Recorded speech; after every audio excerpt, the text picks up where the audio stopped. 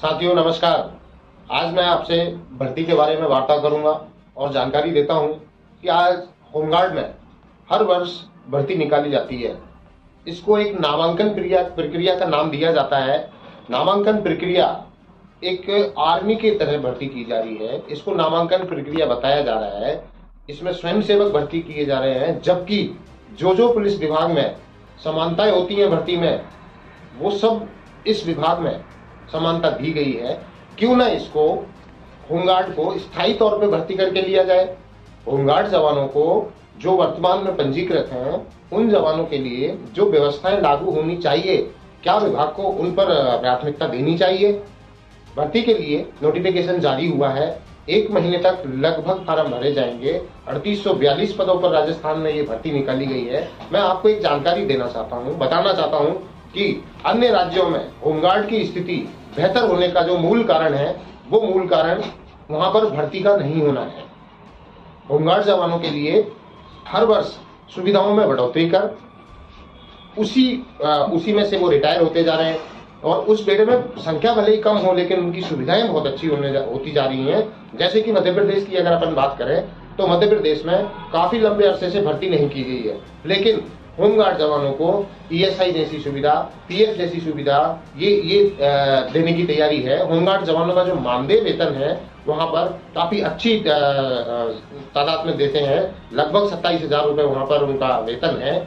उसके अलावा अगर बात करें तो उनको रेगुलर एक सिपाही की तरह काम में लिया जाता है।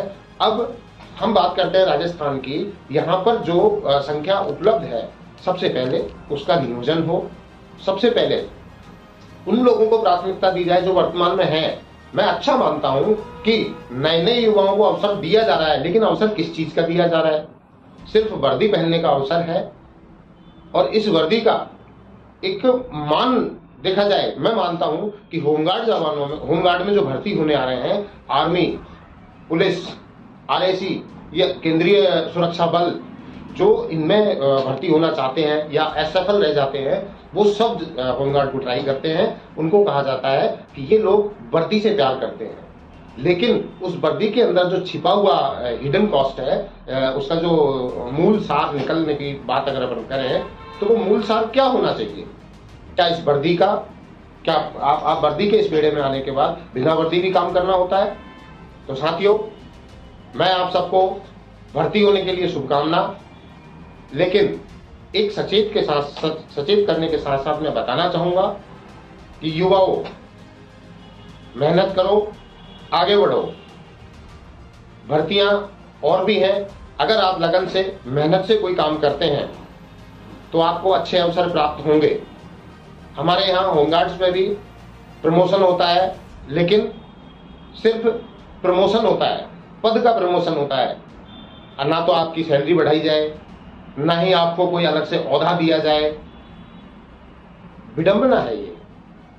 मैं राजस्थान की सरकार और विभाग से एक अपील के तौर पे ये कहना चाहूंगा कि कम से कम प्राथमिक तौर पर जो वर्तमान में होमगार्ड्स हैं, उनको उनके परिवार को संरक्षण प्रदान करने का काम करें, उनको बेहतर सुविधाएं मिल सकें, ताकि विभाग में आने के बाद वो अपने आप को गौरवान्वित महसूस करें। तमाम सर्विसेज में अगर देखा जाए तो पेंशन सुविधाएं लागू हैं। रिटायरमेंट पर एक अच्छा खासा फंड उनको दिया जाता है। इन सुविधाओं को आगे बढ़ाने के लिए, जैसा कि सरकार से ये मांग करता है कि होमगार्ड जवानों को कल्याण कोष या होमगार्ड जवानों के परिवार कल्याण के लिए जब अपनी आयु पूर्ण कर लेते हैं, रिटायरमेंट होता है, तब उनको एक अच्छी खासी रकम देनी चाहिए, ताकि पेंशन सुविधा नहीं होने के कारण वो अपना जीवन यापन कर सकें। मैं आप सबको एक चीज और बताना चाहता हूं। कुछ लोगों को विभाग से बिना उसके हटा दिया गया है, बाहर रखा है। उन लोगों की बहाली कुछ लोगों को द्वेषता पूर्वक ही सही, लेकिन उन लोगों को एक कंपटीशन के तहत माना जा सकता है कि जब तक मैं हूं तब तक उन्हें नहीं आने दूंगा। ऐसी भावना के साथ उनके साथ जो भेदभाव और व्यवहार किया गया है, उन लोगों को भर्ती पूर्व बहाल किया जाए। ये मैं बिल्कुल एक सजेशन के तौर पे कहना चाहूंगा कि उनको बहाल किया जाए, ताकि वो लोग भी एक महसूस करें गौरवान्वित कि हमें न्याय मिला।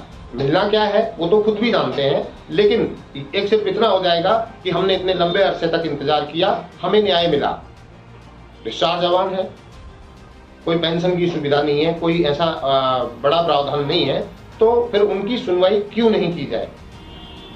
आज नई भर्ती पर 4000 पदों पर एक बहुत बड़ी संख्या होती है एक विभाग में, सीधी भर्ती 4000 पदों पर।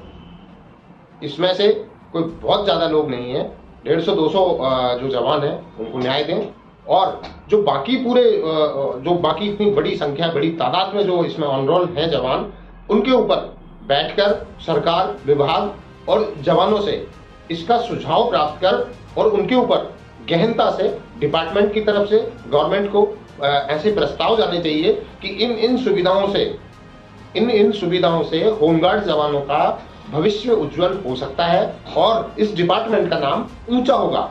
ऐसी सोच के साथ जो हमारे विभाग में बड़े हमारे आला अधिकारी अफसर बैठे हुए हैं, उनको एक सुझाव के तौर पर, सरकार को एक प्रस्ताव के तौर पर ये लिखित में भेजना चाहिए कि इनको ESI PF भी होना चाहिए। इनके लिए कोई ऐसा रास्ता निकाला जाए जिससे कि ये सुविधाएं यहाँ लागू की जा सकें। मैं बताना चाहूंगा, देश में बिहार के अंदर होमगार्ड्स को ESI PF और भी काफी अच्छी सुविधाएं दी जा रही हैं। चंडीगढ़ होमगार्ड्स को 46,000 रुपए वहां डेली, मतलब TA और DA, ये सुविधाएं दी जाती हैं। तो क्यों ना ऐसा हो, केंद्र सरकार को भी इस पे विचार करना चाहिए। जैसे अभी अमित शाह जी ने हरियाणा में गुड़गांव में मीटिंग की थी, उसमें कानून व्यवस्था को लेके होमगार्ड का भी मुद्दा रखा। तो कानून व्यवस्था में होमगार्ड अहम भूमिका निभाते हैं, आदेश की पालना में अपनी जान जोखिम में डालते हैं। तो ऐसे फ्रंट लाइनर्स, ऐसे जो पहली पंक्ति में खड़े हुए होमगार्ड जवान हैं, इनका उद्धार करने के लिए सरकार, चाहे वो राज्य की हो चाहे वो केंद्र की हो, उनको भी प्रथम पंक्ति में आकर इन होमगार्ड जवानों के लिए बेहतर सुविधाओं का अंबार लगाना चाहिए, ताकि देश में आजादी के समय गठन की गई इस फोर्स का अस्तित्व बना रहे और ऊंचा हो। साथियों, आज हमारे बीच युवाओं की संख्या बढ़ने वाली है। भर्ती में जो युवा शामिल होंगे वो कहीं ना कहीं हमसे जुड़ेंगे। मैं उनको उनके उज्जवल भविष्य की शुभकामना देता हूं, लेकिन फिर भी मैं सरकार से और विभाग से ये अपील करना चाहूंगा कि विभाग की तरफ से सरकार के पास में इनके भविष्य को लेकर बेहतर से बेहतर, वर्तमान में सरकार का आखिरी बजट है।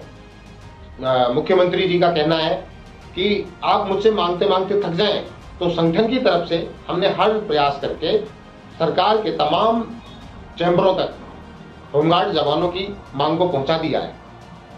लेकिन क्या विभाग का भी ये फर्ज नहीं बनता? आप इस एक बड़ा संचालक का काम करने वाले और हमारे एक एज ए गार्जियंस आप बैठे हुए हैं, तो क्या आपका फर्ज नहीं होता? आप आए, आगे बढ़ें और सरकार के पास आगे से चल के प्रस्ताव भेजें कि इनके भविष्य को उज्जवल किया जाए।